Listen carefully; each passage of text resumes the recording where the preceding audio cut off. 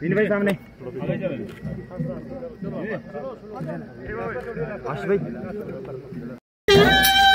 जा सके, इस्तेमाल में लाया जा सके, उनका हमेशा ये बल रहता है, प्रोत्साहन रहता है। और एक ऐसे देश में जहां ना कभी सेहत को, स्वास्थ्य को बहुत ज्यादा प्राथमिकता दी गई, ना कहीं डिजिटल साइंस को, क्योंकि अक्सर चूंकि मेरा भी गांव से ही ताल्लुक है, कोई बीमार पड़ जाता था तो इधर उधर कोई फांडा वांडा हो जाता था, अगर कोई चल जाता तो कह देते साहब डायन आई थी ले गई, तो उसी में गुजारा हो जाता था। दूर दूर तक ना कोई अस्पताल, ना कोई डॉक्टर।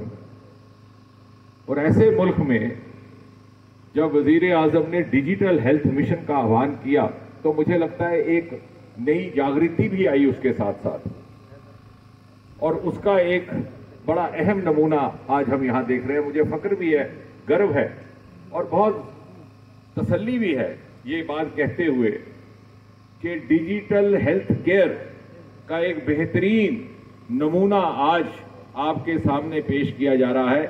एक ऐसी जगह पे जो एक दूर दराज पहाड़ी इलाका है, पहाड़ी गांव है, जहां कई वर्षों से डॉक्टर अगर दिख जाए तो एक नायाब चीज है, अस्पताल तक पहुंचना मयस्सर नहीं। और मुझे लगता है कि हिंदुस्तान जैसे बहुमुखी देश में, हिट्रोजिनस देश में, डिजिटल हेल्थ केयर के क्या क्या फायदे हो सकते हैं, इससे ज्यादा और कोई बेहतर ना कोई प्रमाण है, ना नमूना है, ना कोई सैंपल है, ना कोई मॉडल है।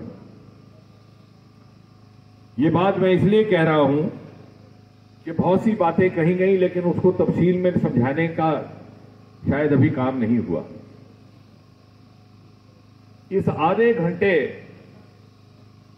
की मशक्कत जो है, ये एक्सरसाइज, ये जो गाड़ी आपके सामने खड़ी है, महज आधे घंटे में आपको वो डॉक्टरी सलाह और डॉक्टरी इलाज मयसर होगा जो दिल्ली, बंबई, हैदराबाद के किसी बड़े अस्पताल में जाके 10,000 रुपया देकर के भी एक हफ्ता लग जाएगा। पहले डॉक्टर से अपॉइंटमेंट लेनी, फिर टेस्ट कराने, फिर दोबारा जाना, फिर दवाई लेनी। यहां पर जब आप अपने आप को पेश करेंगे तो आपका कुछ ही मिनटों में हर तरह का हमारे साथ मंच पर बैठे हुए डॉक्टर राम कुमार जी, जो सेवा भारती राष्ट्रीय कार्यकारिणी के एक प्रमुख सदस्य हैं, उन्हीं के साथ मेरी दाईं ओर बैठे थे डॉक्टर अनिल मनहास, जो प्रांत जम्मू कश्मीर में सेवा भारती का काम देखते हैं।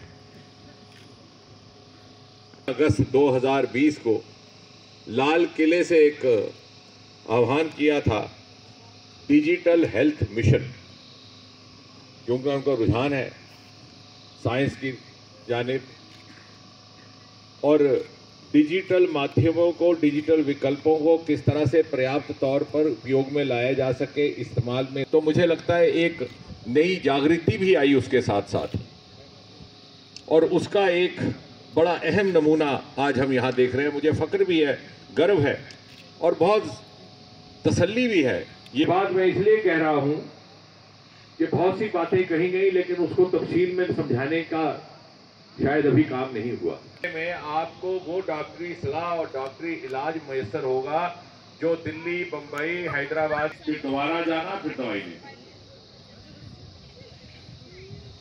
यहाँ पर जब आप, उसका भी एक दूर दराज का इलाका है, भलेसा, गंडो, जहाँ एक वक्त में अस्पताल नाम की क्या चीज़ होती है, क्या इदारा है, लोगों को इस बात का इल्म ना था। कभी डॉक्टर के दर्शन नहीं होते थे, स्वास्थ्य सेवाओं का इस कदर अभाव था कि परिवार कुंबे इस बात से समझौता कर लेते कि खुदा के फजल से आए हैं, खुदा के कर्म से रहेंगे और जब उसकी मर्जी होगी तो चले जाएंगे। कभी कोई इलाज की सुविधा हो सकती है, इसका किसी ने ना कभी गुमान किया, ना कल्पना की, ना हसरत की। वहाँ पर आज हमारे प्रधानमंत्री श्री नरेंद्र मोदी जी ने, आपको याद होगा कि लाल किले से आह्वान किया था डिजिटल हेल्थ मिशन। उस डिजिटल हेल्थ मिशन के भावना से प्रेरित होकर के एक बड़ा ही प्रमुख महत्वपूर्ण नमूना यहाँ पेश किया जा रहा है। तो डिजिटल हेल्थ का सही माने में अर्थ ये है कि उन लोगों तक स्वास्थ्य सेवाएं पहुंचाई जा सकें जहां पर के और जरियात मौजूद नहीं है या उपलब्ध नहीं है। उसको लेकर के, उस भाव को लेकर के ये डिजिटल हेल्थ केयर कैंप डोडा जिला के हर एक गांव में जाएगा।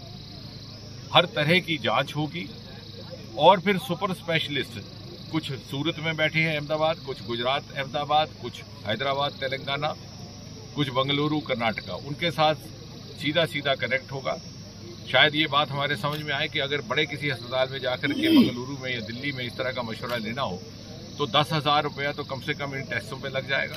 फिर अपॉइंटमेंट लेने में और 2-4 दिन लग जाएंगे। यहाँ मात्र महज 20 मिनट में सारी इन्वेस्टिगेशंस डिजिटल माध्यम से आपको उपलब्ध होती हैं और अगले 10 मिनट में ऑनलाइन हमारे डॉक्टर्स पहले से मौजूद हैं। और जैसे मोदी जी ने हमें सिखाया कि सबका साथ, सबका विकास, सबका विश्वास, सबका प्रयास, मैं ये कहूँगा कि सबके प्रयास का भी एक अहम नमूना है। इसमें NGOs जुड़े हैं, सहारा इंडिया, इसमें जुड़ा है ओ हेल्थ, इसमें जुड़ा है सेवा भारती, इसमें जुड़ा है NHPC, इसमें हमारे कार्यकर्ता जुड़े हैं, इसमें यहाँ के मेडिकल कॉलेज के भी कुछ एक डॉक्टर जुड़ गए हैं और साथ ही साथ बिना मजहब मिल्लत के, बिना किसी सियासी नजरिए के, उस सब से उठ करके ये कैंप लगाया जा रहा है। और मैं चाहूँगा कि इसका भरपूर फायदा ले, चाहे हमारा सियासी हमारा मौक़िफ़ कुछ भी क्यों ना हो, विचारधारा क्यों भी ना हो, ये एक समाज सेवा का काम है।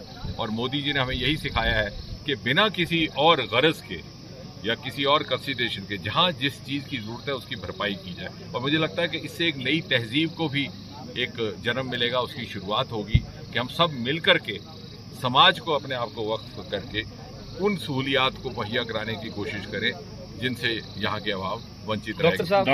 आपने अच्छा किया और 14 पोस्टें जो वैकेंट हैं, आपने अच्छा किया। 1.5 लाख आबादी है, 2 सकारात्मक मीडिया का यही लाभ रहता है कि हमें एक फीडबैक कंस्ट्रक्टिव दे। तो मेरी जानकारी में नहीं था कि ये डॉक्टर साहब यहाँ से सैलरी लेकर के गैर हाजिर है। मैं आज ही DC से और CMO से बात करता हूँ। मेडिकल कॉलेज के प्रिंसिपल साहब के साथ मेरा राब्ता हुआ, काफ़ी दिनों से चल रहा था, लेकिन CMO से मेरी बात नहीं हुई। दूसरी बात यह है कि ये बात हमने वैसे भी रखी है कि गंडोह के अलावा भी बहुत सी ऐसी जगह हैं जहाँ प्राइमरी हेल्थ सेंटर है, मिसाल के तौर पर है तो डॉक्टर नहीं है, डॉक्टर है तो प्राइमरी हेल्थ सेंटर नहीं है, वो है तो नर्स नहीं है, सर्जन है तो एनेस्थेटिस्ट नहीं है। तो मतलब मुकम्मल बंदोबस्त व्यवस्था नहीं होने की वजह से पूरी तरह से खिदमात नहीं मिल पाती। हमने ये बात एडमिनिस्ट्रेशन के आगे रखी है, हेल्थ कमिश्नर के साथ। वो कह रहे थे कि हम शायद नए डॉक्टर भी रिक्रूट करेंगे, लेकिन जो ये गैर हाजिरी वाला मसला है, ये आपका कहना ठीक है कि ये गवर्नेंस की कोताही है। इसके ऊपर अगर आप मुझे लिख करके उनके नाम वाम दे देंगे तो मैं ये जो खास तौर से जिनका आपने जिक्र किया कि है नहीं, क्योंकि मुझे इस बात का इसलिए भी इल्म है कि आज से 2 साल पहले हमने एक इसी तरह का कैंप लगाया था, गायनी कैंसर, यहाँ से लेकर के हम अरनास तक गए थे। और मुझे उस वक्त हैरत हो गई कि डिलीवरियां कराने वहाँ पे हमारी बहनें आने लगी। तो मैंने पूछा कि साहब ये कैंप तो लगा था, कोई सुपर स्पेशलिस्ट कंसल्टेशन, तो कहने लगे साहब इसलिए कि यहाँ गायनेकोलॉजिस्ट नहीं है। तो मुझे उस बात को लेकर के बड़ा मलाल है, और अगर आप मुझे ये नाम लिख करके देंगे तो मैं इसका भी करूँगा। के जरिए अब क्रिटिसिज्म करने का तो भी बड़ा वक्त अभी इलेक्शन को बाकी है, लेकिन जो काम हो रहे हैं, जो नेशनल हाईवेज बन रहे हैं, जैसे खिलारी सुधमादेव का, छतरकला का काम शुरू हुआ, काल जुगार का, उसका थोड़ा सा प्रचार इसलिए किया जाए। मैं ये नहीं कह रहा कि हमारी तारीफ हो, इसलिए कि लोग उसका फ़ायदा ले सके। जैसे बार बार ये बात आती है कि जो यहाँ के मकामी लोग हैं या नौजवान हैं, उनको रोज़गार नहीं मिलता। वो शायद इसलिए नहीं मिलता, कई बार उनको जानकारी नहीं रहती। तो आप भी उस पर नज़र रखें अगर लगे, क्योंकि हमने कहा कि जो अनस्किल्ड लेबर है वो यहीं से होगी। स्किल्ड अगर हमारे पास नौजवान मौजूद है तो बाहर से नहीं आएगा। हाँ, अगर नहीं है, किसी को कोई पॉलिटेक्निक डिग्री वाला चाहिए, हमारे पास नहीं है, तो ठीक है, हम ये नहीं चाहेंगे कि प्रोजेक्ट का काम रुके, लेकिन हमारे पास है तो यहीं से उसका इस्तेमाल होगा ताकि उसको भी नौकरी रोजगार मिले। क्योंकि ये एक प्रोजेक्ट का फ़ायदा रहता है, जहाँ आपको लगे कि इसकी कोताही हो रही है। आप मेहरबानी करके वो भी हमारे ज़ेरे गौर लाए, क्योंकि जब हम कंपनीज और दूसरे लोगों से बात करते हैं तो कहते हैं कि साहब हम तो मकामी लोगों को ही दे रहे हैं, लेकिन बीच बीच में कुछ छूट जाता है, ताकि लोगों को जिनके लिए ये सारे प्रोजेक्ट्स लाए गए हैं उन तक इसका फायदा पहुंच सके। ये खिलानी वाला उसका मतलब सर जो ठाठरी का चंबा का उसका क्या हुआ, ठाठरी चंबा का वो बेसिकली डीपीआर मुकम्मल हो गया। दिलीप सिंह जी ने ही उसका फॉलोअप किया, बल्कि उस पहाड़ के साथ तारुफ भी मेरा इन्होंने ही करवाया। और बाद में जब हमने सर्वे किया तो जानकारी भी आया कि सिर्फ 6 किलोमीटर की सुरंग बनने से दूसरी तरफ चंबा होगा। उसका डीपीआर तैयार हो गया और सीआरएफ में उसको इंक्लूड भी कर लिया गया, उसका भी काम जल्दी शुरू। सर ये जो इदारे और डिपार्टमेंट इसके ऊपर गौर कर रहे हैं, मेरे लिए मुनासिब नहीं होगा कि मैं इसमें कोई ज्यादा बातचीत करूं।